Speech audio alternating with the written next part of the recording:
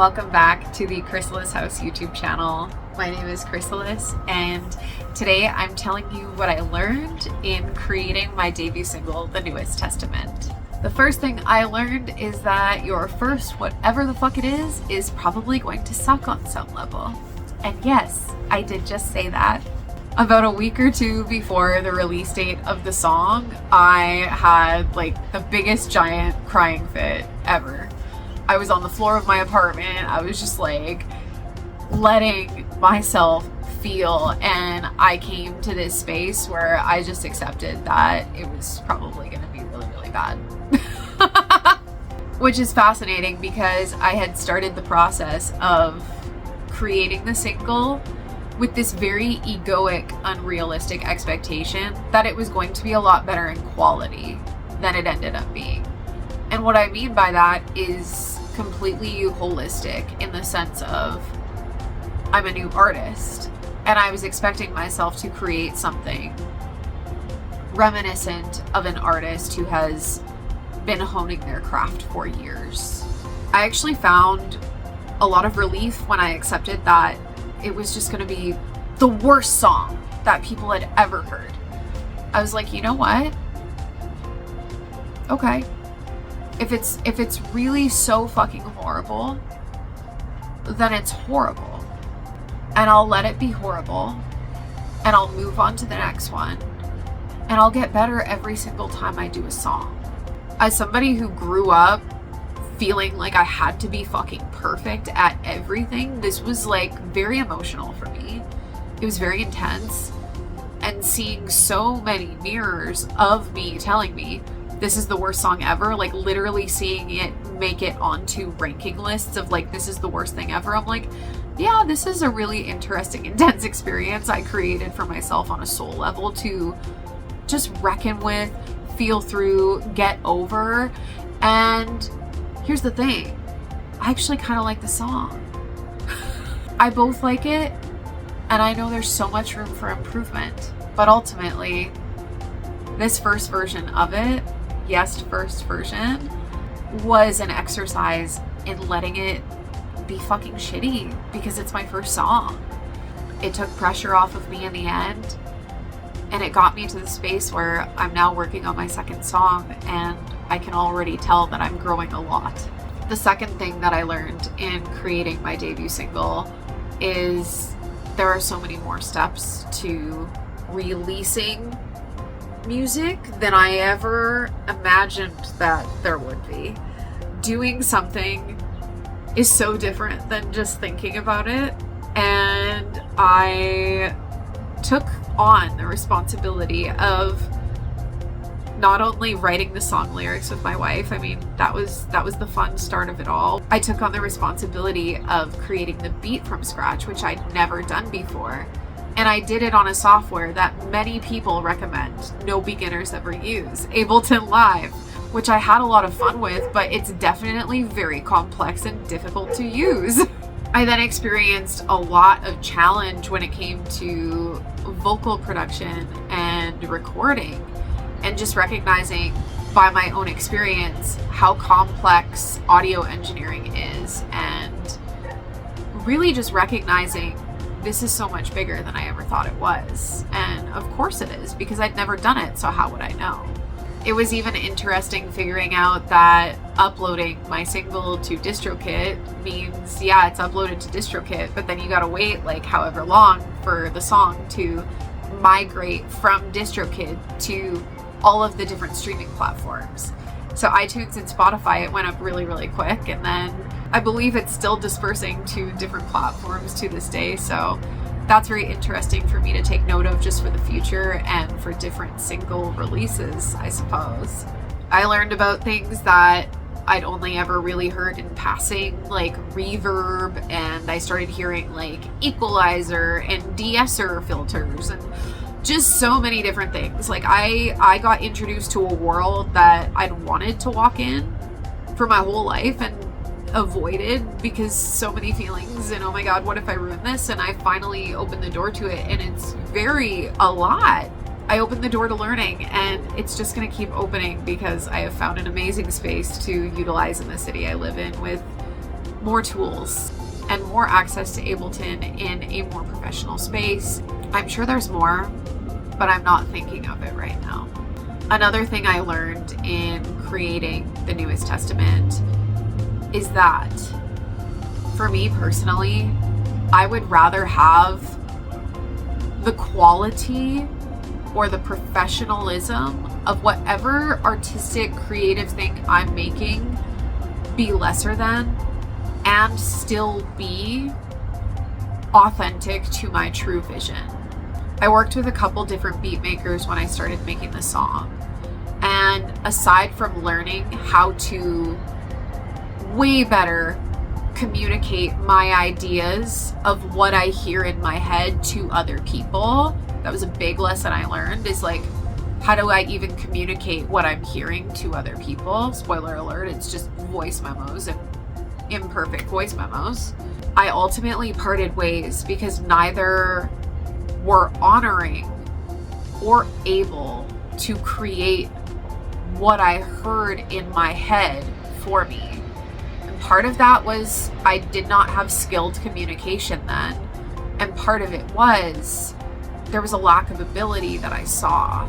Both of those reasons aside, the ultimate reason was I clearly, on a soul level, wanted the experience of creating my own beat. And I am very happy that I did that because it's opened up a new doorway into music that I didn't really recognize I wanted to walk through either.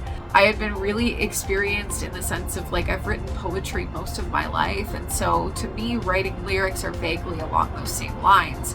I'm definitely still improving, and I know that I'm just going to get more and more skilled and honed in my craft as I go on over the years. But I had no idea that beat making was something that would bring me so much joy. And so I've done my first one, and I'm really excited to see how I grow as I do more. Now, ultimately, it's been an interesting experience of putting this song out there because I have had many people tell me that they absolutely hate it, that it's the worst thing they've ever heard, and the quality is just very shitty. Now, I'm not going to pretend like it's the best quality song that you've ever heard, or that the production is amazing. It is literally my first song. Like, aside from the songs that I wrote as a kid, like, it's my first song, and it's my first, like, finished song. Even though at one point I did have the egoic expectation of expecting it to be perfect, like, once I felt through those feelings, I never expected my first song to be perfect. It's very interesting to see some people judge the beat as the worst beat they've ever heard, because at the end of the day, why I learned I would rather have a lesser quality artistic product at the end of the day, but still authentic to me, is because I'm able to look at that song and go, yeah, that beat on the song is what I heard in my head for months as I was working on and writing the song. So ultimately the judgment is subjective because I was able to, at the skill level I have, translate what was in here and make something that has honestly shown me like a level of artistic integrity that I wasn't even sure that I had, honestly, because I used to be so dependent on external validation. But it feels really good to just say, like, I'm okay with it being the way that it is because it's mine. The fourth thing I've learned is that if you're going to put yourself out there when you're doing your first thing of anything, unless you like just so happen to be so amazingly skilled and whatever right off the hop, you are going to show up as a beginner and you are going to have reflections of you, aka other people who are going to judge you and criticize you for that. I've gotten pretty accustomed to looking in the comment section and people saying, you suck, this is horrible, worst music anyone's ever made, this is disrespectful to rap culture, like everything absolutely under the sun. It's par for the course. Like, some people do not take well at all to people starting out, and it's just a reflection of the part of me that's still judging me for being a beginner, and that's okay. The fifth thing that I've learned from finishing this first single is that there is a very good chance, and it may not be true, so don't quote me on this in the future, or do, and I'll tell you whether it's true or not then. But as of right now, there's a very good chance that I'm gonna hate whatever song it is by the time I'm done it. Even if it's just temporarily. I heard my beat so many fucking times. I rapped those verses so many fucking times, and I got sick of my own shit. I had to kind of force myself to like finish my own shit. But the beautiful thing is, once I gave up on it like being perfect, it became so easy, and my intuition literally led me to a ravine, and I was like, you know what, if I don't care about it being bad, I'm just gonna come into the ravine where I feel most myself, I feel most centered, and I'm gonna do the vocals here. A very sassy, I guess, lesson that I learned from finishing this single is that people will just assume some very fascinating things about you. I had someone say, did you not hear the wind in the vocals? And it's like, I absolutely heard the wind. Like, I have ears, bro. I absolutely heard the wind. But at the end of the day, I had already accepted that, like, this is my first song.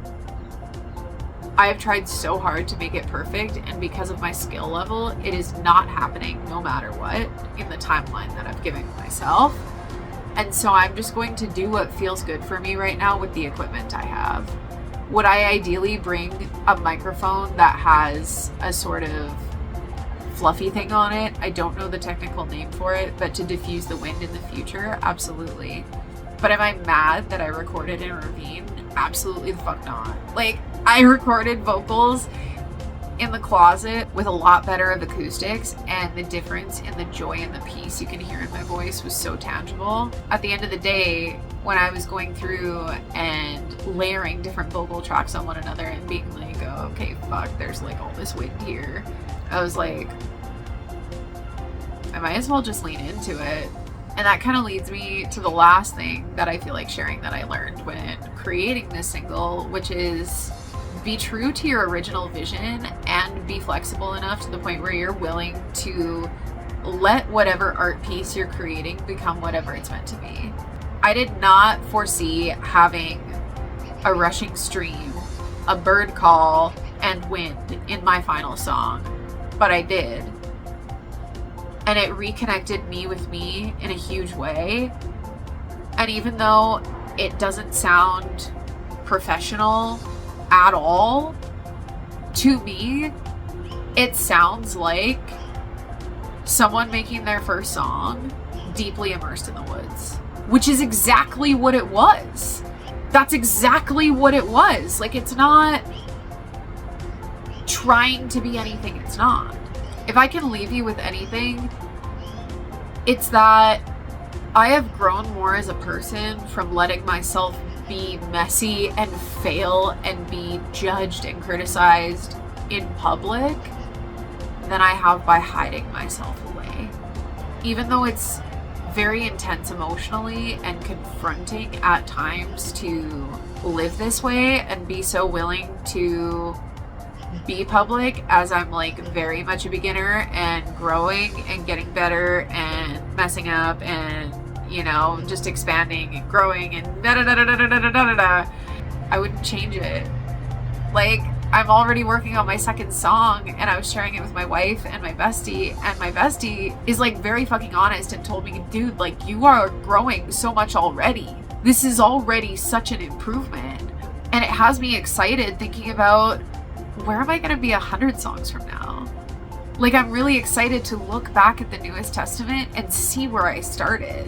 And I guess to tie back to something I mentioned earlier in the video, which is like the first version of the song, I absolutely plan on remastering it once I have more skill. I do not plan on this being the final version of the song forever. My ideal is to do a 1-year anniversary release of it remastered. But I'll be so frank, I'm not gonna pretend that I'm not intrigued by the idea of still having the rushing stream, bird calls, and a little bit of wind in there.